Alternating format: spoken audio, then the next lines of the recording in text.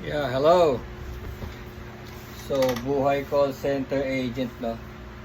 So, anong oras na? Alas 8. Kauwi ko lang. So, mangyari, baliktad na talaga ang mundo ko dahil, tingnan mo, I do my grocery sa umaga na rin. Buti bukas yung palengke. So, ito gulay.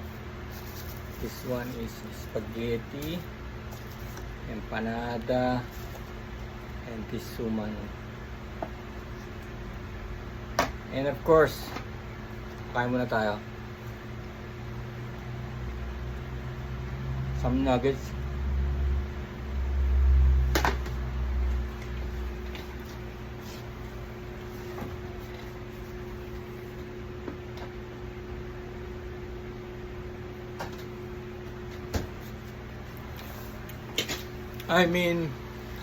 Talagang baliktad na mundo ko kasi di ba usually after work, sa normal time after work 5, dun sila iinom ng konti, di ba? Ako 8 in the morning ako iinom kasi yun yung tapos ng work ko, no. So baliktad na talaga. Tapos dahil ako nga light sleeper, syempre umaga yan. So yung number namin parang construction siya, parang hardware siya. So yung mga truck nila gumagalaw, no. So pagka narinig ko yun, light sleeper ako, magigising na kagad ako. Kaya kailangan medyo may konting ganito pampatulog. So yun yung nangyayari.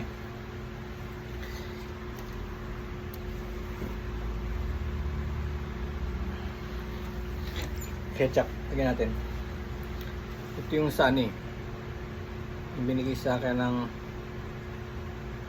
wife ko. Nilalagay niya dun sa pinto kasi hindi ako nakatira sa bahay, nakatira ako sa office, kaya nilalagay lang sa door yung pagkain ko.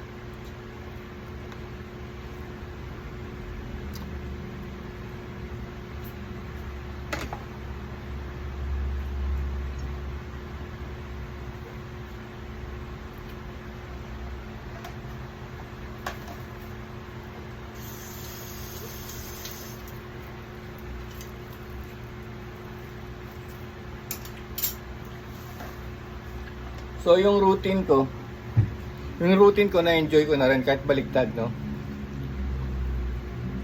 Pero hindi mo pa rin sasabihin usually pag dumarating kami sa 9 PM, babatian namin doon, good morning.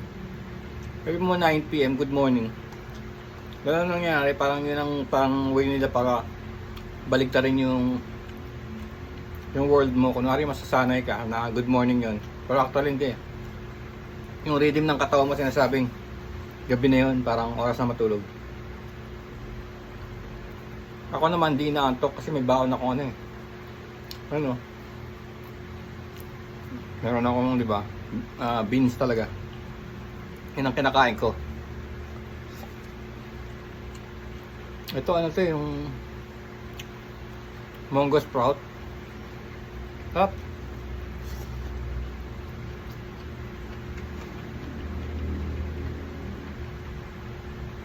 Kain muna tayo. Na-enjoy ko rin to yung pag-uwi mo kakain. Pero minsan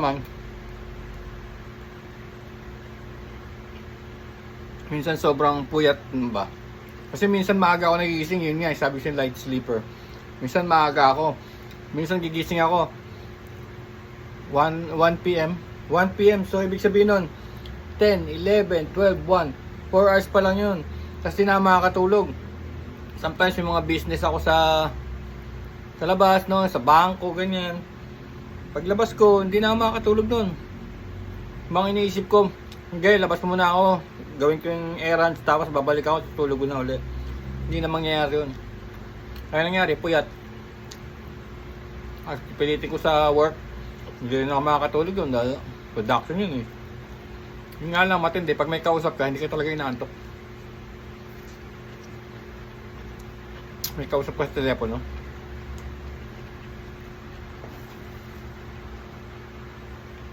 Ngayon ang issue pala nito, ganito pala yun.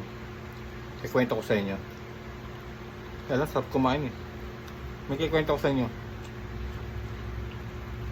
Magugustuhan nyo.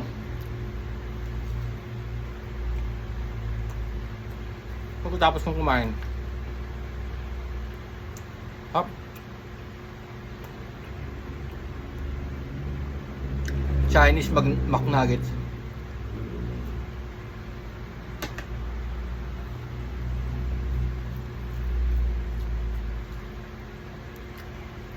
Monggo.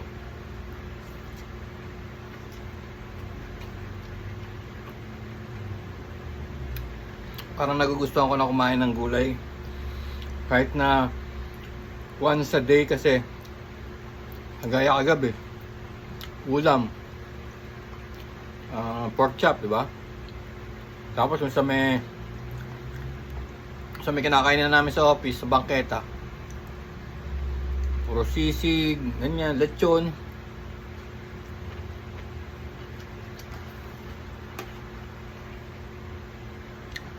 I'm telling you, alam mo, minsan i-interview ko yung nandun sa bangketa. May hint na ako eh. Yung mga taong yun, dating may restaurant. Napakagagaling magluto. Akala mo, model ka sa mamahaling restaurant. Nagsara.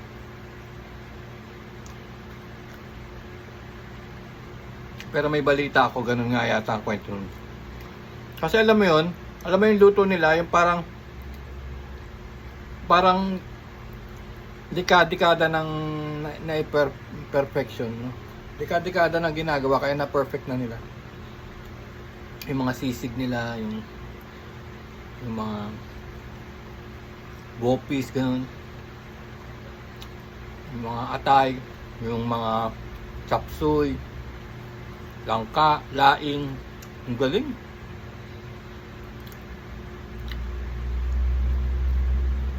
Kasi sa vlog ko, tinry ko rin lahat yun.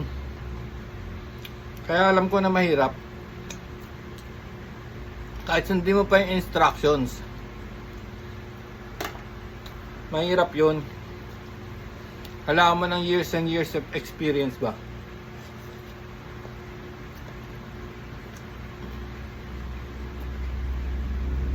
Ganito ang kwento ko. Simulan na natin ha. Kasi 7 minutes na pala eh. Pero ang ganda talaga. Ganito kasi yun. Diba kumakain kami sa bangketa. Mga madaling araw, diba? Kakain kami sa bangketa dahil nandun nga, nakaparada nga yung mga magagaling magluto na naka pedicab, naka lumang AUV, no? Ngayon, maaga ako natapos. May napansin ako, isang joyride driver na naka-Aerox. Aerox na yung white, yung special yun eh. Mahal yun eh, parang alam mo pang private. Ka-Aerox siya. Tapos, kumain din pala siya doon. Kasi ang sarap kumain doon eh, sa may bangketa. Mura na. Kasi ako pag kumakain ng gulay doon, 45 lang, may kasama pang kanin. Tapos magiging 60 pesos lang kasama yung soft drinks. Kasi yung soft drinks yung 15 pesos lang nasa bote. So ganun lang. Nandun siya, maliwanag eh. Nag-aantay siya ng booking ng Joyride. Tapos kinausap ko siya kasi sabi ko, di ba, interesado rin ako sa kwento ng mga Joyride, ng mga lalamove Grab, di ba? Interesado rin ako sa store nila. Gusto ko nga rin subukan. Para lang sa vlog ba? Diba, sinubukan natin call center. Susubukan ko naman yung mga ganun. Eh, dinanong ko siya. Tapos sabi niya, kamusta naman ang biyahe rito? Sabi niya, dito raw sa Joyride. By the way, later on, tinanong ko pangalan niya. Parang Bricks. Nagpakilala ako, no? Sabi ko si Larry, vlogger. Tapos, sabi niya, gusto raw niya rin sa Joyride kasi may long booking. Long booking daw yung inaantay niya madaling araw. Long booking, yung uwi ng probinsya, mga Sambales, Tarlac, Pampanga, ganun. Ang laki daw ng bayad. Pinakita niya sa akin. 2.7. Biyaheng Sambales, diretso 2.7. 2.9, pinakitaan niya ako. Parang this week lang yun. Tapos yun daw sa Metro Manila daw tawag niya, gura-gurame yung pawan na 100, malalapit lang. Kaya madaling araw ang gusto niya eh. Hindi naman daw siya nasisiro. Kasi hanggang 8 lang daw siya. Hindi raw siya nagpapaabot ng traffic. 8, makakuha na siya ng mga 500 noon. Ganun sabi niya. Tapos meron din siyang on the side, meron din siyang Lalamove, no? So meron pala mga app dyan na pumapayag na sabay sila. Pero kailangan di mo sabay bubuksan. Para bang paisa-isa lang ganun. Tingnan mo kung nasan yung booking. Meron pala talagang ganun. Yung tawag doon, chapsuy, sabi nila chapsuy. Tapos sinabi ko ako mag-a-apply ako, kaya lang yung motor ko ako 200. Hindi raw pwede. Kailangan daw 2017 model, tapos 160 lang. Hindi raw pwede malalaki. Delikado kasi. Kasi yung mga pasahero pala nila, ini-insure nila. Kaya yung mga daw si Raul na ibang rider na hindi raw binubuksan yung app, kinukontrata na lang kaagad. Kaya pala bawat pasahero pala may insurance para may buhay nangyari, di ba? So tama rin siya ron. Tapos isipin mo long booking no 27 Sambales ganun. Tarlac. Tapos kamusta naman daw sabi niya. Dahil nakatambay siya doon, kinento na nga niya sa akin yung tungkol dun sa mga magagaling magluto na alam niya. Dati raw may mga pwesto yun, siya nagsabi sa akin. Tapos may dumaan na kagaya rin niya. Joyride. Tapos nagsenyasan sila. Sabi niya gano'n, no? Parang gano'n. Ibig sabihin, wala dito. Para hindi sila magtambakan dun. Parang alam mo yung sa parking. Parang sinabi niya, nakapwesto na ako rito, doon ka naman sa iba. Parang gano'n. Tapos sinabi niya, kung gugustuhin ko raw na magganon, kailangan mag-research pa raw ako. Kasi ang danger daw nun, yung nagbabiyahe sa madaling araw, baka daw i-book siya, tapos yung pala trap. Yung sabi niya sa akin, baka i-book ka tapos trap pala. Yung dadaling ka sa madilim na lugar, tapos kunwari legit daw yung hinuhold sa ano mo, yung hatid mo, tapos paglabas mo abangan ka na. Usually daw beautiful ladies na beautiful girls, kunwari daw sa mga call center, lalabas na madaling araw, kapatid. Hindi ka naman kampante ka dahil magandang babae, di ba? Looks harmless. Hatid daw niya. Yun daw paglabas mo, yun. Haharangin ka na kasi madaling araw nga. So yun yung mga kinikwento niya sa akin. Sabi ko syempre gagamitin mo na yung instinct mo, di ba? Gagamitin mo na yung instinct mo na kung alam mong delikado yung lugar. Kaya minsan daw may tinatanggihan sa mga booking pag alam niya kung saan dadalhin, kung saan niya hatid. Kaya may kinikwento siya mga nakaraang araw, may mga hino-hold up daw. Diba dyan sa may bandang, may mga sinasabi niya lugar sa Antipolo eh. Hino-hold up daw, ganyan. Nakuha yung pera, nakuha yung motor. Hindi lang nga sa kanila yun eh. Minsan pati yung mga mga photographer, ganyan. Videographer, di ba? Minsan, kunwari, i-hire ka, yung pala, may binyag daw, ganito. Squatter, di ba? Parang looban. Ayaw lang yung gano'n. Yun ang kwento niya, parang nakakatuwa. Sometimes daw may naibubok pa siyang parang, alam mo yun, yung parang yung mga single mom, ganun daw. Meron daw ganun. Pero minsan daw niyayaya siya, pero parang trap minsan. Trap minsan kasi alam mo yun, parang ganun din, parang style hold up din. Yung mga ginagawa ng mga ibang mga nakukuha niya. Tapos yung tukol naman daw sa overweight. Sabi ko, parang yung mga overweight. Sinasabi nga ganun eh. Nagsasabi daw sila na medyo malaki ko. Kailangan malaki din daw yung motor na scooter. Ayaw naman nila ng mga maliliit. Yung mga Mio, yung mga Beat. Sasabihin din niya pagka 200 kilos na yung sasakay. Ayaw niya nung maliliit. Yung mga Beat Mio. Kaya tama lang daw yung mga Aerox, NMAX, ganyan.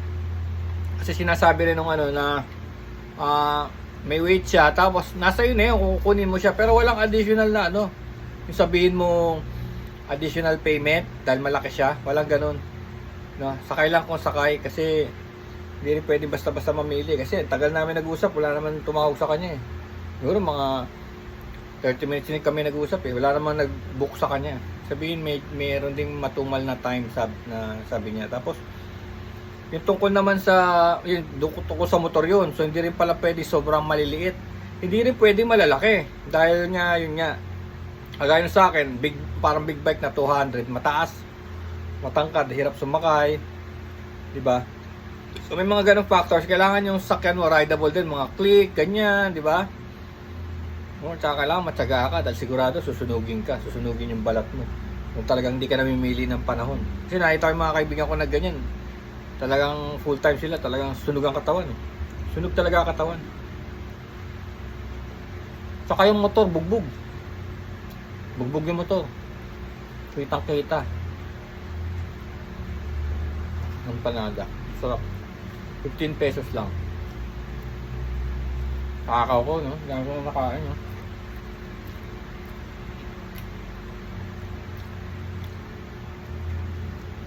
Opo.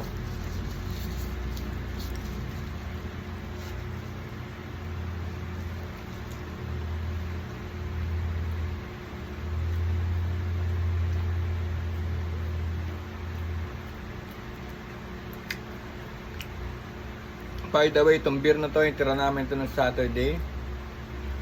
Inuman namin kasi ang tapang eh. Yung iba dito parang 8 or 9. Matapang pa sa ano, sa Red Doors. Eh naalala ko nung nag-inom kami, nalasing kami, parang isang maliit na bote ng wine tsaka 2 beer. 3 kami. No? Isang maliit na bote ng wine tapos 2 beer. Tatlo kami, nalasing pa kami.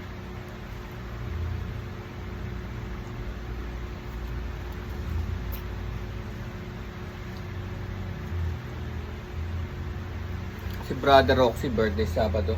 So may gimmick na naman kami. Tapos yung ano, yung tawag dito, ang dynamite, no? Yung coffee session, magiging regular na yun Sunday. Mapupuno na. So nakaraang gitara, no? Susunod magkakaroon na ng piano. Tapos magkakaroon na ng kahon. Tapos magkakaroon na ng bahista. Bass guitar. So hindi naman kami bumibili ng mga actual na mga gamit, kasi yung gitara, binili ko lang yun kasi mura lang naman 1,000. Pero mga bass, maghanap na lang kami dyan. Yung mga dati namin bass, tingnan namin kung maayos.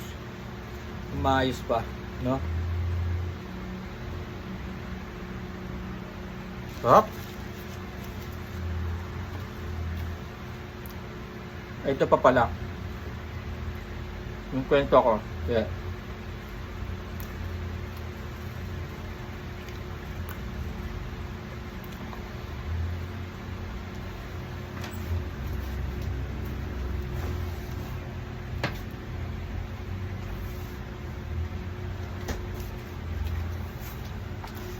Ito raw, tanong ko sa kanya, yung lasing.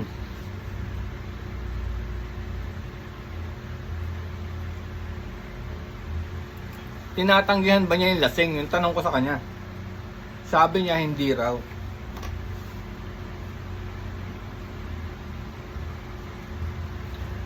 Kasi meron naman daw lasing na ano, hindi naman sagad, hindi naman sobrang lasing-lasing. Pero meron din siyang tinatanggap na pinakikiusapan daw ng mga kasama niya na alalayan daw yung kaibigan nila dahil medyo patulog na, no? Kasi syempre galing din sa trabaho. Tinatali daw niya. Tataas daw niya yung kamay niyang ganyan, tapos ipapatali sa katawan niya yung ano niya, yung pasahero niyang lasing. Ang magtatali yung mga kaibigan, yung mga kainuman. Binibigyan daw siya ng magandang tip. Binibigyan daw siya ng magandang tip nun. Pero hindi raw sila humihingi. Kaya lang binibigyan siya ng magandang tip kasi iuwi mo nga naman yung ano, yung lasing. Tapos yung lasing, sometimes na pagbaba, dahil lasing na nga, titipan pa raw siya ng malaki. Titipan daw siya ng mga 1,000, ganun. Di, binabalik daw niya, tapos pinipicturean niya. Kasi nga daw baka pag nawala yung lasing, hanapin yung pera niya, no? So pinipicturean niya. Tapos pag nag-report, baka kinabukasan sabi hinold up siya. Pero actually binigay niya as a tip, no? So naantay niya yun. Pag nawala yung tama nung hinatid niya, may mga ebidensya siya na tinipan siya, ganun kalaki, no? Pero yung iba naman nagpapasalamat dahil inuwi mo nga ng matiwasay. Tsaka depende rin pala sa pwepwestuhan mo, diba? Kung gusto mo talaga makakuha ng lasing, di pwepwesto ka sa tabi ng mga inuman, no? Yung mga inumang sosyal, para hindi naman makakakuha ng barumbado, no? Tsaka yung may pera naman talaga. Mamaya iba nagpahatid sa'yo, wala naman palang pera. O kaya nagpahatid sa'yo, ngayon nga sa looban, no? Pagbaba mo, wala na. Nawawala na lang bigla. So, ganun pala yung mga hassles niya pagka madaling araw yung biyahe.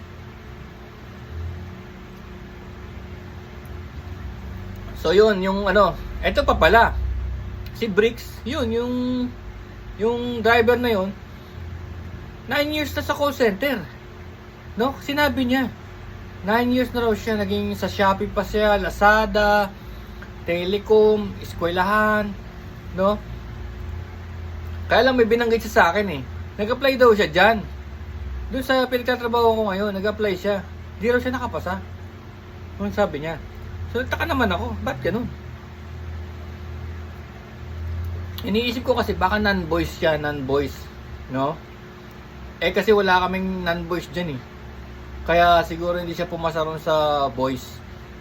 Kasi yung iba kasi may mga non-boys eh. May mga chat box, may mga sa sales na titinda, ganyan. Meron naman yung moderator, no? So siya sa boys, bakit hindi siya sa boys? Sipin mo 9 years ka na hindi mo pa naipasa yung ano. Yung dito ay samantalang high school nga pumapasa. So yun yung magandang kwento, no? Ngayon hindi ko dala tong phone. Kasi hindi naman importante. Kasi itong phone na to, hindi ko yan dala sa trabaho, bawal eh. Nandun lang yan sa locker. Kaya pag lumalabas na rin ako kumakain, hindi ko na rin dinadala. So hindi ko na makakalain na nandun siya. Usually, na-vlog ko na yun eh. May vlog na ako eh. Marami nang nanonood eh. Yung kumain tayo sa bangketa, ganun. Madaling araw. Ano na eh, marami nang nanonood dun eh. Kaya hindi ko na nilalabas kasi mauulit lang yung kwento. Diba? Eh, nakita ko siya. In-accommodate naman yung story ako. Tapos sinabi ko sa kanya, yung storyteller ako, ganyan. Kaya, natuwa siya. So, nakita niyo yung kwentong yun, di ba? Maganda, di ba? So, ang gagawin natin ngayon, tutuloy ko pa rin yun. Kasi marami tayong balak eh. Tutuloy ko pa rin yung, may kaibigan naman ako eh, si Meka Rock, yan. Pwede kong sumama kay Meka Rock. Tapos, yun pa rin yung, mini call center, gagawin natin yon. Kasi meron nagsabi sa akin na dati raw sila nagtatrabaho sa ganun. Ang pangalan daw ng website yung Upwork o dating Odessa ba yun? Odeska, ganun. Upwork na ngayon. So doon ka raw kukuha ng mga work sa trabaho. Parang ginagawa, pwede ka raw mag-exam doon o mag-exam hanggang sa kung maipasa mo lahat yun, ang lalapit sa iyo mga employer na, no. So ano yun, around the world, work from home, maganda rin naman daw ang sahod. Ngayon, sabi ko sa kasama ko, siya nagsabi sa akin eh kung saan yun, doon daw siya galing. Tapos ang gumagawa daw niya noon, yung sister niya kumukuha ng maraming work doon sa Upwork. Tapos pinagagawa niya sa bahay, kukunin niya yung job, tapos pagagawa niya sa ibang tao, no? Tapos 50% sila, kukunin niya yung job, kukunin niya yung 50% kasi naman kanya naman yung yung facilities, kanya yung opisina, kanya yung aircon, no? Kanya yung overhead. Kaya 50%, pero siyang kumukuha ng job. So parang ganoon yung bala ko, i-set up mo yung mga unit. Doon galing yung katabi ko, yung kasama ko. Sister niya yon. So hatian sila. Tapos pagpasok daw niya dito sa dito sa call center, first job daw niya yun, independent, tsaka first corporate niya yun, no? So naisip ko, ayun na, nakukumpleto na sa isip ko kung ano nga dapat gawin para makasetup nga ng sarili. Kasi either pagka desk na kasi marami na yun eh, pwedeng translator, pwedeng survey, pwedeng kumuha ka nga ng mga account sa Shopee, pwedeng kumuha ng account sa mga moderation ng mga websites, o pwedeng call center ng small clinic. Basta maliliit lang kasi magsisimula ka pa lang naman eh. Magsisimula ka sa 5 unit, no? Tawagin man nila na parang ano lang yun, parang personal laptop based back office, no? Tawagin na nilang ganun. Pero ganun pa rin yun na pwede ka pa rin kumuha ng maraming jobs tapos pagawa mo sa iba, di ba? So ganun pa rin yun. Doon ka magsisimula. Basta alam mo yung ginagawa mo. So yun yung mga nangyari kanina. Ang dami, di ba? Isipin mo. Tapos yung mga calls namin nagda-die down na rin kasi tapos na yung enrollment period, no? Actually sa 15 nung araw na ngayon. Nagda-die down na yun. So konti na lang ang inquiry. Siyempre, lahat ng mga doktor nila nakaset na. Dahil siyempre, 2025 eh. Di ba, isiset na nila lahat ng kailangan nila para sa mga insurance, no? Mga doktor, gano'n.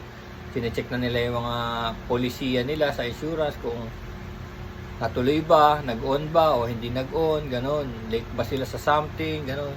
Kukuha na sila ng mga bagong ID card, o yung ID nila, number, gano'n. Parang SSS number, o ano, di ba? Ganon. Yung number nila sa employee. So, ganon, sasabihin na nila lahat yun. So, pag naset na yun, konti na lang tatawag. Dahil late na nga eh. Di ba? Isipin mo, kalahati na ng January. Di ba? Lalo na, pagka natuloy pa yun sa February, ganon. Magda-die down na talaga yung account. Okay, yun lang muna ha. Sana may natutunan kayo. Pero tutuloy natin yun.